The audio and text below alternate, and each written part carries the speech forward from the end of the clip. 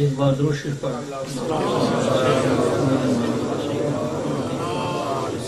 وعلى آل سيدنا محمد مبارك وسلم وصلى عليه الصلاة والسلام عليه يا رسول الله وعلى آله وصحبه يا حبيب الله رب اشرح لي صدري ويسر لي أمري واحلل عقدة من لساني يفقهوا قولي الحمد لله رب العالمين والصلاة والسلام على رسوله الكريم أما بعد فأعوذ بالله من الشيطان الرجيم بسم الله الرحمن الرحيم فإن مع العسر يسرا إن مع العسر يسرا صدق الله العظيم. تمام تعریفیں اللہ تعالیٰ کے لیے جو ہم سب کا خالق و مالک ہے.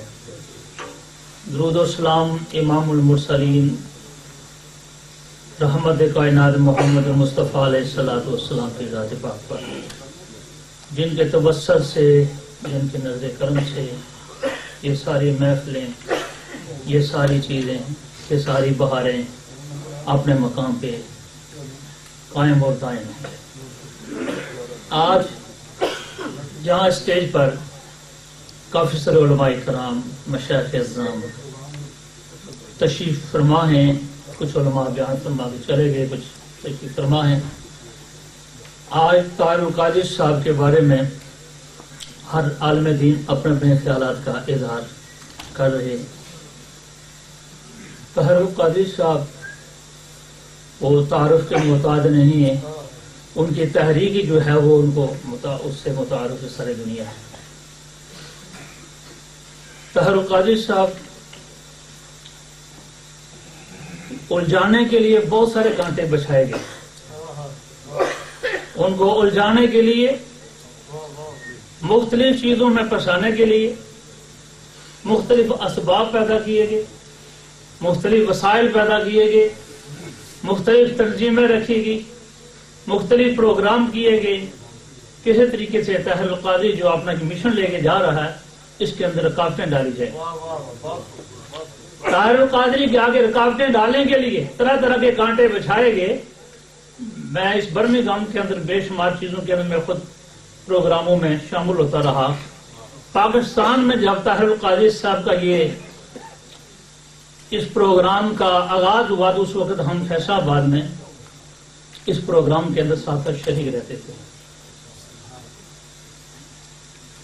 منہاج القرآن کا جو ابتدا میں آپ کے پروگرام شروع ہوئے لاہور اور فیصل آباد کی سطح پر، اس وقت ہمارے فیصل آباد سے کافی احباب کوئی ممبر بنے، کوئی رفیق بنتے تھے. طاہر القادری صاحب نے شروع میں جیسے تحریک چلائی، کوشش کی،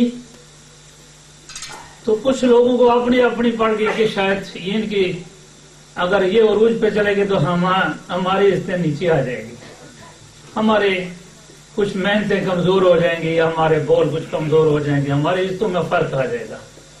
طرح طرح کے اسباب پیدا کیے. لیکن طاہر القادری صاحب نے مجھے یاد ہے ایک پروگرام کے کچھ لوگوں نے پیپر بھی رکھے، یہاں آپ سین کریں، یہاں سین کریں، یہاں سین کریں. لیکن طاہر القادری صاحب نے کہا کہ میرا پروگرام جو ہے یہ عالم اسلام کے لیے ہے، یہ نیچے سے اوپرلی سطح پر میں لے جانا چاہتا ہوں. میں اگر راستے میں یہ سین کرنے شروع کر دوں تو یہ میرا جو مشن ہے یہ راستے میں ہی رہ جائے گا. اس لیے میں آپ کے ان چیزوں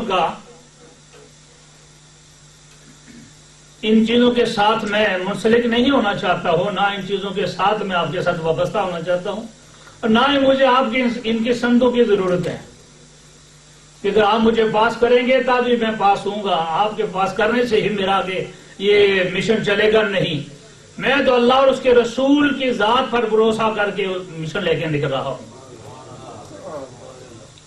کوئی مخالفت کرتا ہے تو وہ بے شک کرتا رہے، مجھے اس کی کوئی پرواہ نہیں ہے. میرا دل صاف ہے اور میرا مشن صاف ہے. میں داعی ہوں اور اس مشن کو مسلک اہل سنت کو اور مسلک اعلی حضرت کو میں آگے دور تک اسلامی کنٹریوں تک پہنچانا چاہتا ہوں، جہاں ہمارے خلاف فتوے صادر ہوتے ہیں، جہاں ہمارے خلاف فتوے صادر ہوتے ہیں کہ یہ مشرک ہیں، یہ بدعتی ہیں.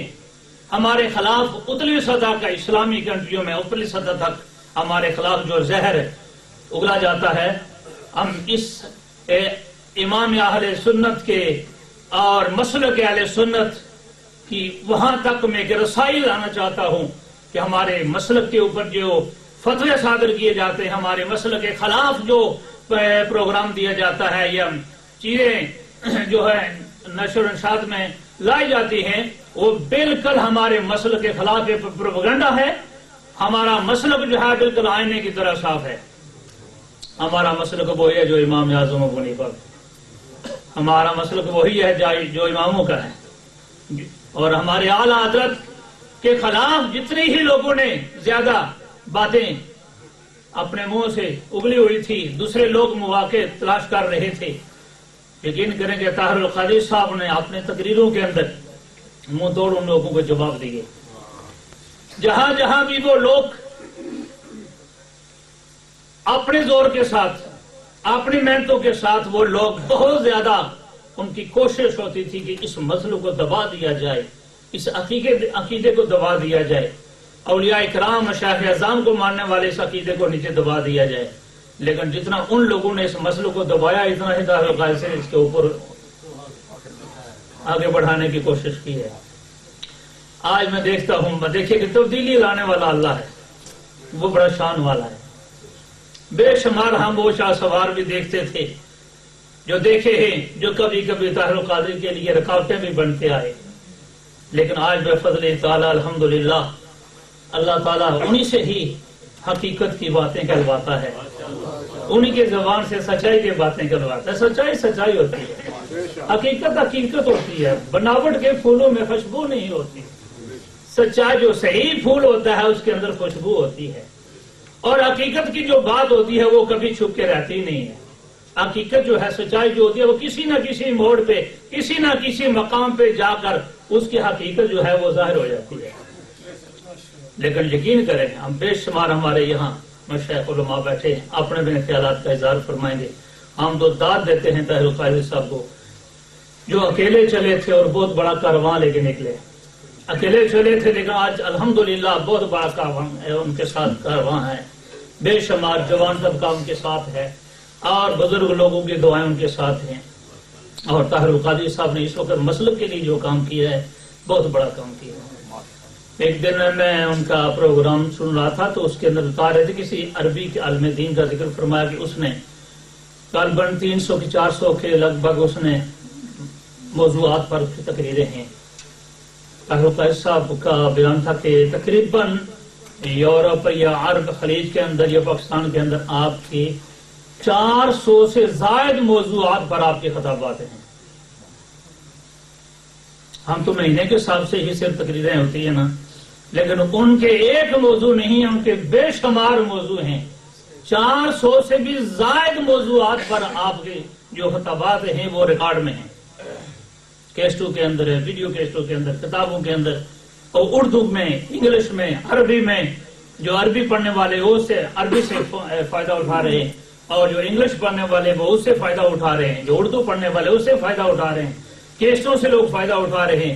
لیکن اس دور کے اندر یقین جانیے کہ جتنے طاہر القادری صاحب نے انقلاب لائے ہیں اور مسلک کا کام کیا ہے، خدا ذوالجلال کی بارگاہ میں ہم دعا گو ہیں، اللہ رب العزت طاہر القادری صاحب کا اور عروج عطا فرمائے۔ آپ کی اس محنت کوششوں کو اللہ تعالیٰ اور ان کی دستگیری فرمائے، اور زیادہ اللہ نے کامیاب اور کامران فرمائے۔